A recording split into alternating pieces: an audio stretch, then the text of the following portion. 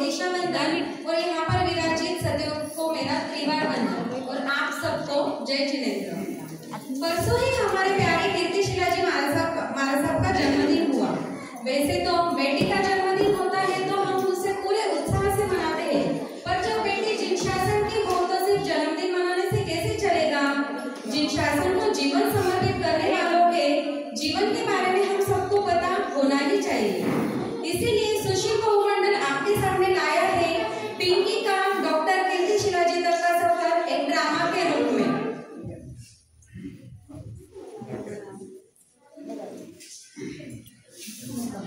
इसके पात्र है दर्शन दर्शन ए दर्शन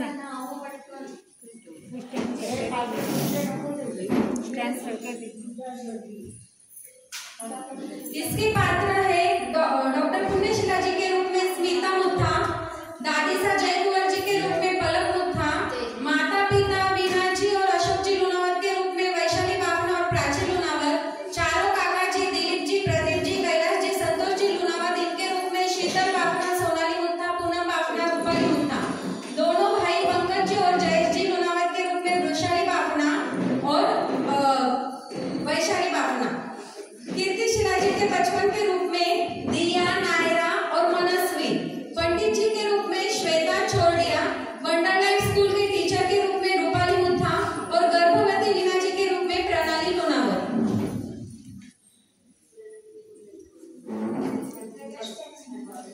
गर्भवती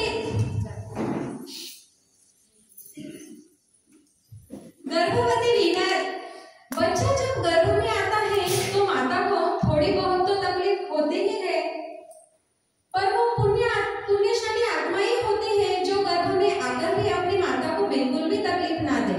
जिस तरह से भगवान महावीर ने माता को तकलीफ ना हो इसलिए गर्भ में हलन चलन बंद कर दिया था, कुछ ऐसे ही हुआ था वीर माता वीना जी लुनावत के साथ। बात है 1980 की। गर्भ के 6 महीने बीत गए फिर भी माता को गर्भ के बारे में समझा ही नहीं। जो गर्भस्थ जीव 6 महीने तक गर्भ में माता को बिल्कुल भी तकलीफ ना दे वो जीव कितना पुण्यशाली होगा। जब से माता को गर्भ के बारे में पता चलता है वो उसका धार्मिक संस्कारों से लालन पालन करने लग जाती है। फिर वो दिन आता है जब लुनावत परिवार में एक प्यारी सी गुड़िया पिंकी का जन्म होता है और वो दिन था 7 अगस्त 1980। तो देखिए लुनावत परिवार में नन्ही सी गुड़िया का स्वागत किस तरह से होता है।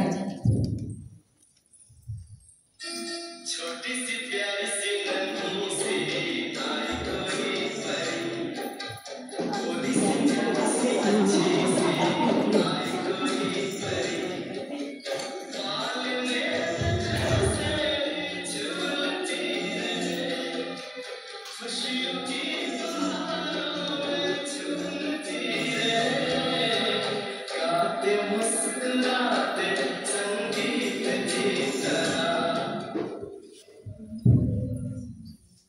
घर में धार्मिक संस्कार तो पहले से ही होते हैं। उसी संस्कारों से परिपूर्ण घर की बेटी यानी पिंकी की छोटी बुआ मंगल जी लुनावत की दीक्षा होती है और उन्हें नाम दिया जाता है पूज्य पुण्य शिलाजी महाराज साहब। बोलिए नव दीक्षिता पूज्य पुण्य शिलाजी महाराज साहब की जय। बोलिए नव दीक्षिता पूज्य पुण्य शिलाजी महाराज साहब की जय। दीक्षा की गड़बड़ में ही पिंकी का पैर गरम कढ़ाई को लग जाता है और उसका पैर जल जाता है। तब दादी साहब और माता जी उसे भुआ महाराज साहब के पास लेकर जाते हैं। वहाँ क्या होता है देखते हैं अगले दृश्य में।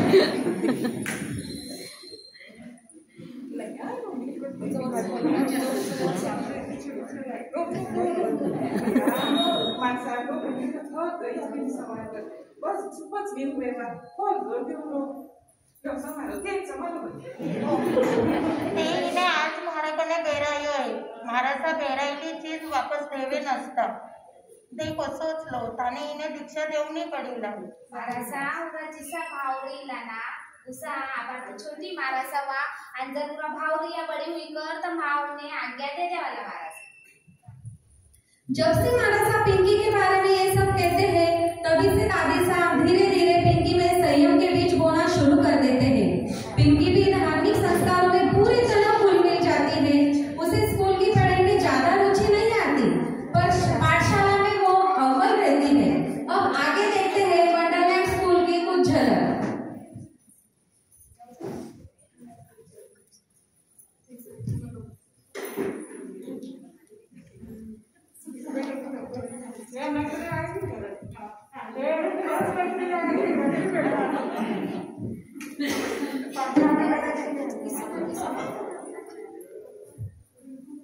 गुड मॉर्निंग बच्चों।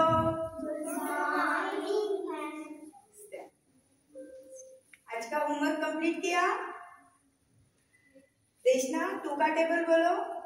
2 1 2 2 2 4 2 3 6 2 4 8 2 5 10। कीर्ति, तुम्हारा होमवर्क कंप्लीट हो गया?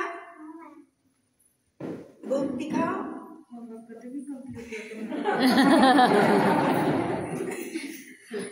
थ्री का टेबल बोलो।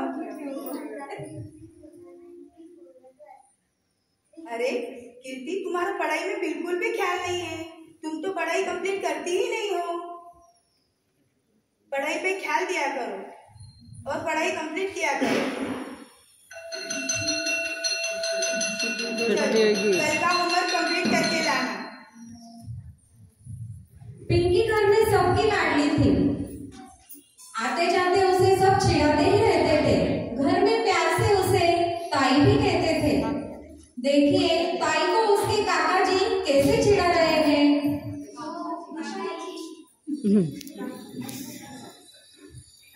बेटा, ताई माई आपका विचार करा पक्का, कशावर मारणार शिक्का? दीक्षावरच मारणार शिक्का।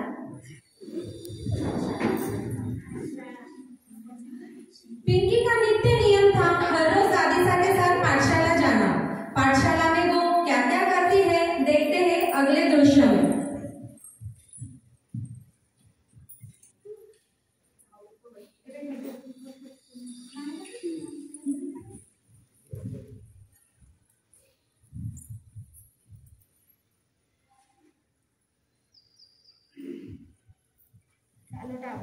समजली की सगळ्यांनी? तर जय तू चिकूत करता बता का?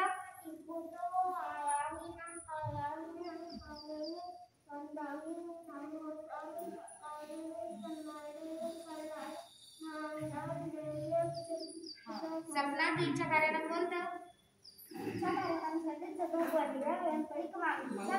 ओ पाचोळावाला धुळावाला काही बाता करो थे थाने स्वाध्याय गाठो दियो ना आपला इंसान इगतपुरी रीत 3 लुगाया म्हणे स्वाध्याय म्हणून भेजनी है तो मैं ताको स्वाध्याय गाठो पाटली वाता नको करो स्थानक में। बरोबर नाही करत।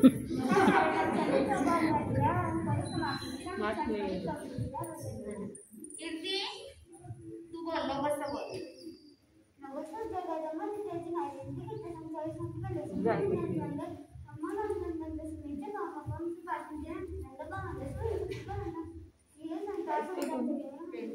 देखो इतना इतना नागराज को प्रतिक्रमण हुई गया आपला गावून स्वाध्याय भेजनो है तुम्ही टाका सगळा गाथा पाठ लिहला। बोलिए भगवान महावीर स्वामी की जय। पिंकी देव गुरु धर्म को ही अपना सब कुछ मानती थी। एक दिन की बात है जब पिंकी अपने काकी जी के साथ उनके मायके गई थी। तब वहाँ क्या होता है देखते हैं अगले दृश्य में। चल अपन जावा नानीसाकडे। हे देख पिंकी, नानीसाने थारा वास्ते कितना मस्त आलू मसाला बनाया है, खाई के देख तो।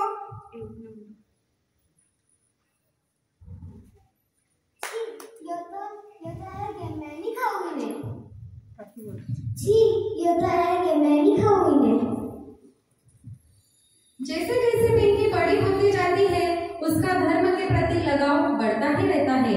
वो कभी गुरनीसा के पास तो कभी घर पर रहती है, पर जब भी घर पर रहती है बच्चों की तरह हर जिद पूरी करवाती है।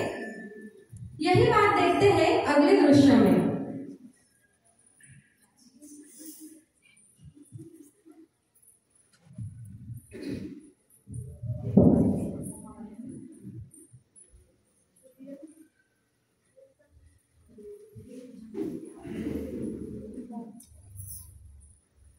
पिंकी, ए पिंकी, ये गरमा गरम नाश्ता कर ले, पोहा खाई ले भाई, जल्दी। यो काही नुसती शिच पोहा, मैं फरसाण शिवाय पोहा नाही खाऊ। ए फरसाण भी नहीं है। का नखरा या छोरीला किशी करी बाई पोहा जाई कर।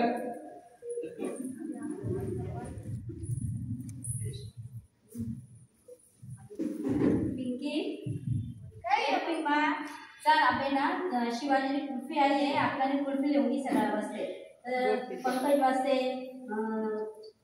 जयेश वाजते, थारा वाजते, मम्मीची वाजते, मम्मी वाजते, सब दादीचा वाजते, सब लिहून ये तर लिहायचा.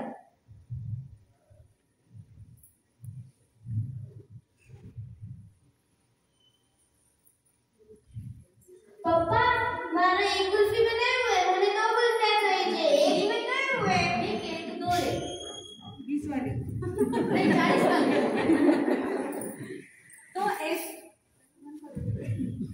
तो ऐसे थे पिंकी जो अपनी हर जिद पूरी करवा कर ही रहती थी. पिंकी को टीवी देखने का भी बहुत शौक था और फैन के बिना तो उसे बिल्कुल भी नहीं चलता था.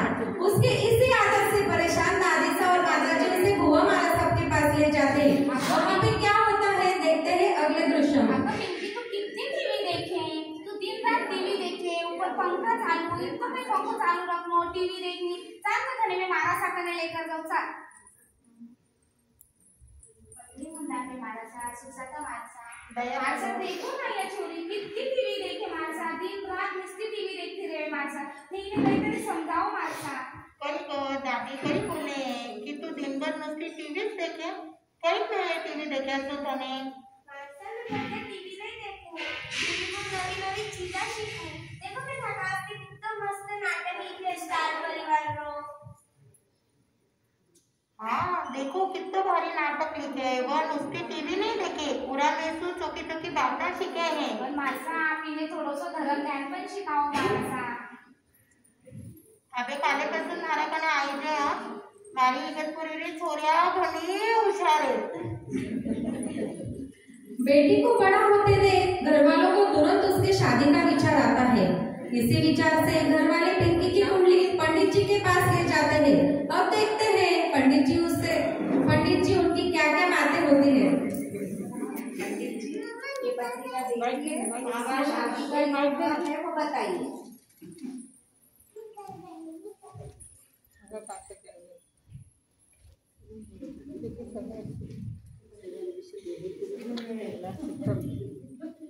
या किरी पत्रिका है या छोरी की पत्रिका है. पिंकी की पत्रिका है या मुझे ब्यावरा वास्ते आया है. अरे पण या छोरीला तो ब्यावरा योगच नाहीये, या तो दीक्षाच लिहिला.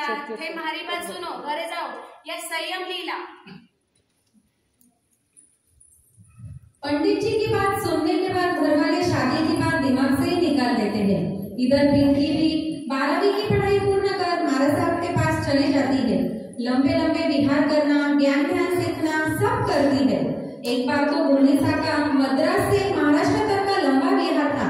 रास्ते में घर न होने की वजह से विहार में रोज 15 लोगों का खाना बनाना, महाराज साहब के गोचरी का ध्यान रखना, सबका ध्यान रखना, नित्य नियम करना, सब कुछ बराबर करती थी. इस बीच में उसे बहुत कमजोरी आ गई तो महाराज साहब ने उसे फिर से अपने घर भेज दिया. इधर दादीसा जयकुंवर बाई का भी धार्मिक लगाव अत्यंत होने से वो भी दीक्षा लेना चाहते थे, पर उनका स्वास्थ्य ठीक नहीं रहता था, इसलिए घर वालों ने उन्हें आज्ञा नहीं दी. फिर वह इस संसार में रहकर भी संयमी जीवन जीने लगे. इसी तरह से धर्म करते करते 24 सितंबर 2005 को उन्होंने अंतिम सांस ली और वो शांत हो गए. दादीसा के जाने के बाद पिंकी बहुत उदास रहने लगी. उसे संसार बिल्कुल भी अच्छा नहीं लगता था. एक दिन हिम्मत कर उसने घर वालों से दीक्षा की बात कर ही ली.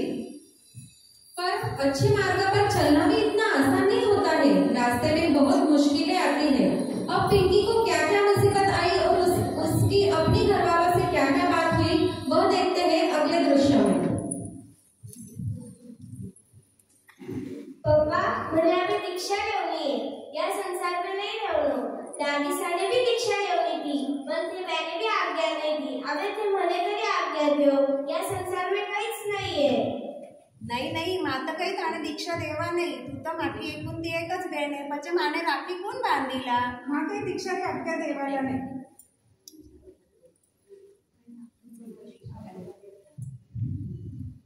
अरे अशोक भाऊ, जरा छोरी कह रही है कि मैंने संयम का मार्ग पे जाऊं मैं, तो फिर क्यों ना काम कह रही है. मैंने जाऊं तो संयम का मार्ग पर है, वो अपना जीवन सफल बनाना चाहे, तो आप क्यों नहीं बोल रहे हो. मैंने जाऊं दो, संयम ले दो. आप सगळा जरा मैंने दीक्षा की आज्ञा दो. अरे प्रदीप तू उन्हें थोड़ा समझाने के उन्हें कि भाई સમજાવીને કે ભાઈ વા મારો તો નહીં સમજે કઈ જ સમજાવવાનો નહીં એવા ચોખ્ખા માર્ગ ઉપર ચાલી ના વિને દેવું દો દીક્ષા દેવો સગા જણાવીને દીક્ષાની આજ્ञा